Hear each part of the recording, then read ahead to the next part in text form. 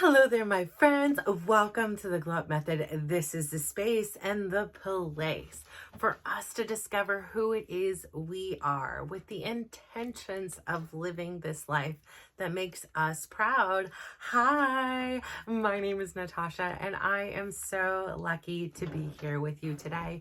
And it's beyond luck. Like, it doesn't take luck. Like, I am so proud of myself for choosing to be here and show up for you because, again, I'm not trying to gatekeep any of the information I learned. I'm not trying to hide any of the secrets to my success or the foundations of my flounders. So here we are today, and life be lifing over here. And doesn't it always? Like, we often can think we have a plan, we know exactly what's happening, but something comes up, or we're feeling a certain way. When you have your own business, you often have a lot of flexibility. And with that flexibility, if you don't schedule your time, for me personally, it leaves some gaps. And when those gaps come in, I have my kids here. So if I have the opportunity to go in and help my son, if I have the opportunity to go and have a conversation, if I have an opportunity to have a lunch with them, I really take that time and do that, because at the end of the day, at the foundation of who I am, I'm a mom. Like, I love my kids. I love my family. And I know that there's this borrowed time, this sense of some days it feels like it's never going to end. But I truly know in one way or another it does. Like, I can't tell you the last time I talked to my mom. It was probably a couple days ago. Like, I know our relationship is very different than the relationship I have cultivated with my own kids. But nonetheless, she's my mom. And so let's take it back and say, okay, then when was the last time you talked to your dad? Well, it just happened to be I did talk to him last week, but that's unusual. And again, those relationships are different than the ones I have with my kids. And some of my relationships I have with my kids, they're like A plus 100%. It's like, even in my flounders, even in my worst momming moments, like, they love me and I have no question about it. But I have one particular child that, like, I just feel like I never did it right. Like, no matter what I did it wrong. And I always wanted to do right by her. And I always wanted her to learn from the lessons that I learned from, to suffer less because I suffered more. And I get it. Like, I'm older, I'm wiser, I've experienced these things. And of course, this is the first mother-daughter dynamic I've been in personally. And, the one with my own mom is very different. And even her now, I do have this forgiveness. I have this compassion now, and this different lens that I acquired as a mom, and then as a woman who was struggling with even wanting to be alive because I had neglected myself so much. I silenced myself so much. I surrendered to everyone else so much that I was just this stinking shell of a person who was really hurt on the inside, and angry and frustrated that I was not seen, that like, the true me was not seen, the true me was not heard, and the true me was not understood or loved. And the truth of the matter is, that wasn't anybody else's doing. It was my own. And so when I know my truth and she knows hers, it's hard to see eye to eye, because she sees me as someone who didn't support her.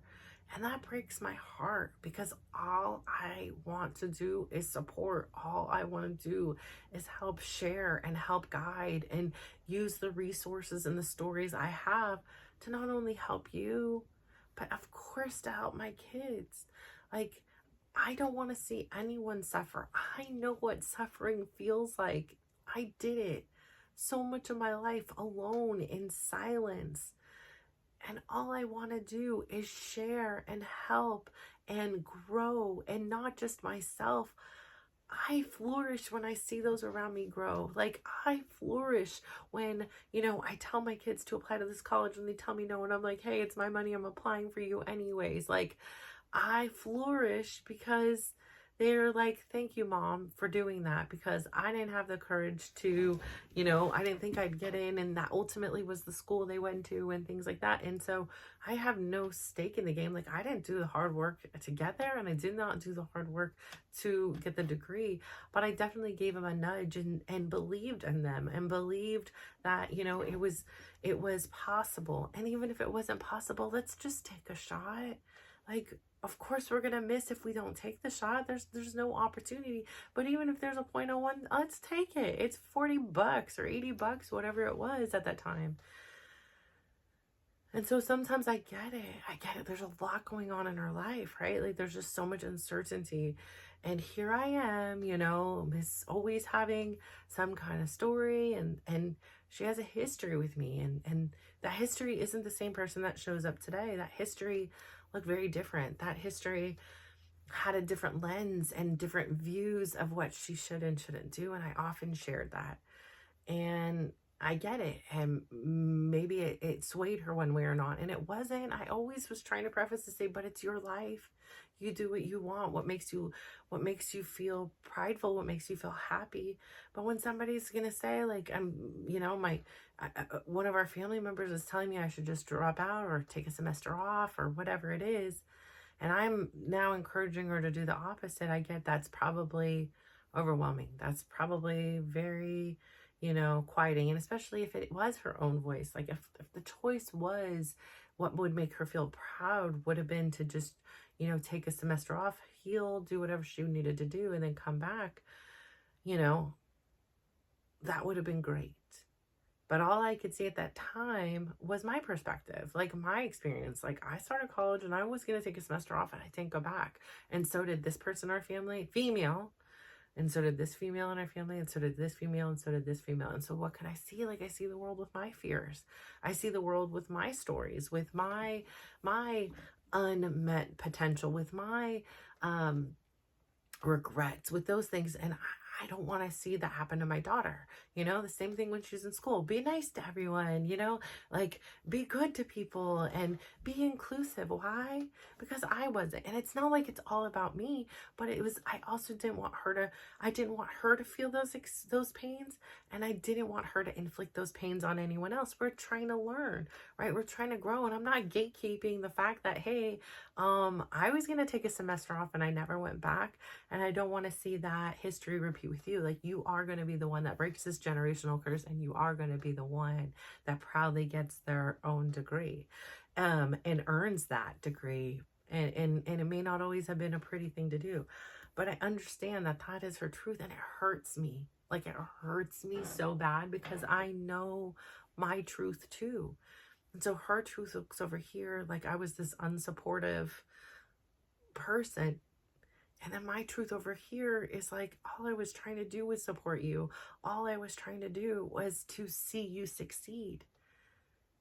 And I broke her, and she breaks me. And I feel like so sad right now because I get so happy every time she has a nice conversation with me. I get so happy anytime she just says hi. I get so happy that, I've done something right. And so it brings up all these feelings again where it's like, I am so worried about what everybody else thinks about me. I'm in a tough time right now in my own personal life. I am struggling, right? Like, Chris and I are we're working on things. We've made great progress. But in the beginning, right, it felt like, newlyweds, a new relationship, and it's giddy and it's fun, and we're running and jumping into each other's arms, and we're settling into this new place, right? And it's oddly familiar, but better. Like, there's no arguing, we're still communicating more, we're still making time together, but it feels different than it did a month ago where it was all, rainbows and sunshines and stars and heart googly eyes, right? It's a little more realistic. I've got a lot of pressure on me. I mean, I literally today had found out, like, not only do I have like a SBA loan that I am paying on, that my credit cards are all at or near max. And I'm talking big money numbers. I'm talking, I can go out there and buy a $100,000 car figures on just a credit card debt alone. And I've been wanting to bury my head in the sand. I've been like, oh, yep, you need a new computer. Here you go. Oh, yep, we need food. Oh, yep, we need gas. I don't have an income coming in. I've been supporting this whole family on my own for 6 months now. And, I've been getting a little bit of money and support from Chris, but I've also been helping to support him in certain ways. Like I'm cooking food and, he will take me out to dinner and things like that. But it's just like I'm doing so much. And at the same time, of course it's me. So I plan a surgery because I don't know if this is going to be an eligible option for me down the road. The economy is going crazy. I've realized I didn't take care of some paperwork I should have, which is going to take me years to take care of and collect those funds. I realized that, I was fortunate enough to get a loan, which is great, but everything I'm going to do, that is going to take money. I have to pay interest on it, like a hefty amount of interest. And how do you pay these payments? And so everything is coming here, and then, working on this new project and coordinating with people. And there's just a lot of new things coming. And I just want the peace. Like I want the peace at home. I want someone to see me beyond me, that I'm working here on this. I'm thinking about things. I'm trying to help my son with his business. I'm trying to help my other son with his. I'm trying to plan in there some vacations. I'm trying to, balance Chris's needs. I'm trying to also go to the gym and have friends and a life outside of all this. And it's hard. It's really, really hard. It's a really, really hard time for me. And all I really want is some kindness and understanding. And I get it. I haven't been perfect. And my daughter wants to remind me of that. And I get it because she's hurting. And I've been there too. Like I have been there. When Chris and I went to therapy the first few times, and I wanted him to know how much he hurt me. And I would either say it directly or I would say it indirectly. And I was not going to let it go. I wanted him, in a sense, to understand my pain. And what better way for him to understand my pain than experience it himself? So if I caused him pain, and I know this wasn't like what I was intentionally thinking, like, I'm not like, let me just plot out ways to hurt Chris today. No, but I knew what I was doing to some degree. I knew that I had this chip in my heart, on my shoulder, inside of me, that didn't want to see the person that stood in front of me. I really wanted to punish the person that stood in front of me before and had done me wrong. I needed those injustices to be justiced. I needed justice for it. But I'm here to tell you there isn't a justice, right? When I'm sexually assaulted, it doesn't take it back. Even if he sits in a jail cell, even if he sat in a jail cell and he himself was sexually assaulted, it wouldn't take it back. It doesn't mean that the hurt I'm experiencing goes away. No, it doesn't. Nothing changes that, except for the way I look at it. And it's not fair. And it's not fair that I was molested. And it's not fair that I was sexually assaulted. And it's not fair that I silenced my voice so many years and was afraid to say no because nobody would listen anyways. What was the point? So if I said yes, at the very least, I wouldn't hurt for somebody taking something I didn't want to give away. Now, I've grown and I've changed. And this new experience with Chris gives me this power. It gives me this reminder that you will not forget. And there are days and there are times that I have a dream or a nightmare, and maybe the situation with Chris comes up in it. There are times when I'm driving or I see a show and I'm hit with some insecurities and some feelings and even some bewilderment. Like, hold on a second. You are Natasha.